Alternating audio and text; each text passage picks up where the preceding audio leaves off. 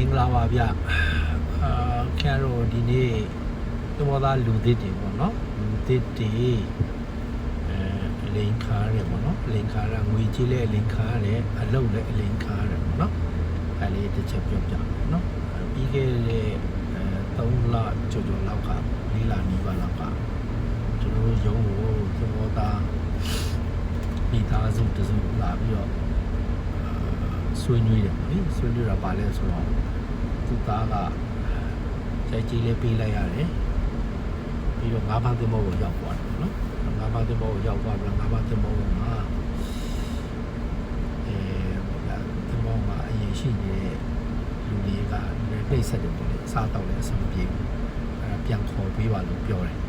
အဲတော့ကျွန်တော်တို့ကလည်းသူတို့ဖြစ်စဉ်လေးနားထောင်လိုက်တော့အဲ့ကလေးတွေက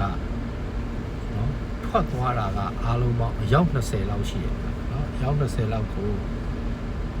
ဂျိုက်ကြီးယူလိုက်တာလေတယောက်တည်းပဲနော်တယောက်ကိုသိန်း130 40လောက်အနည်းဆုံးပေးပြီးတော့ထွက်သွားတယ်ပေါ့နော်အဲ့တော့အယောက်20ဆိုတော့ခင်ဗျားမြောက်ကြည့်ပြသိန်း140ကိုအယောက်20နဲ့မြောက်ရင်ဘယ်လောက်ရလဲနော်ဆိုတဲ့အခါကျတော့ရိုက်ကြီးယူသွားတဲ့လူကယူသွားတယ်ယူသွားပြီးတော့ဒီကနေပြီးတော့ရန်ကုန်ကနေပြီးတော့လေမြန်ပေါ်တင်လွတ်လိုက်တယ်ဘယ်လိုထွက်သွားလဲတော့မပြောတတ်ဘူးနော်ပြီးတော့ဘန်ကောက်မှာ transit လုပ်တဲ့အခါ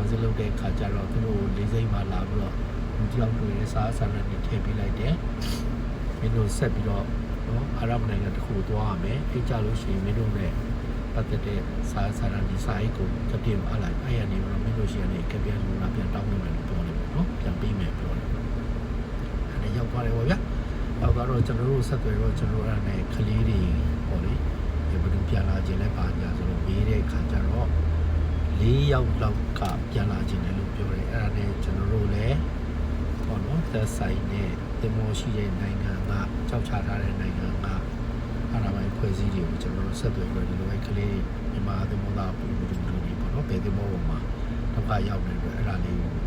နိုင်ငံပြောင်းဖို့အတွက်စီစဉ်ပေးပါလို့ကျွန်တော်တို့ပြောလိုက်တော့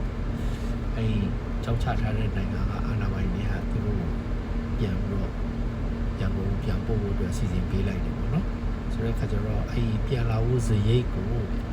ဘာမှသင်္ဘောပိုင်ရှင်ဘက်ကထုတ်ပေးတယ်ပေါ့ဗျာအဲ့ဒါလည်းကြောက်ချထားတဲ့စိတ်ကအာဏာပိုင်ကနေပြောလို့ထုတ်ပေးတာပေါ့နော်၄ယောက်ပြန်လာတယ်ပြန်လာပြီးတော့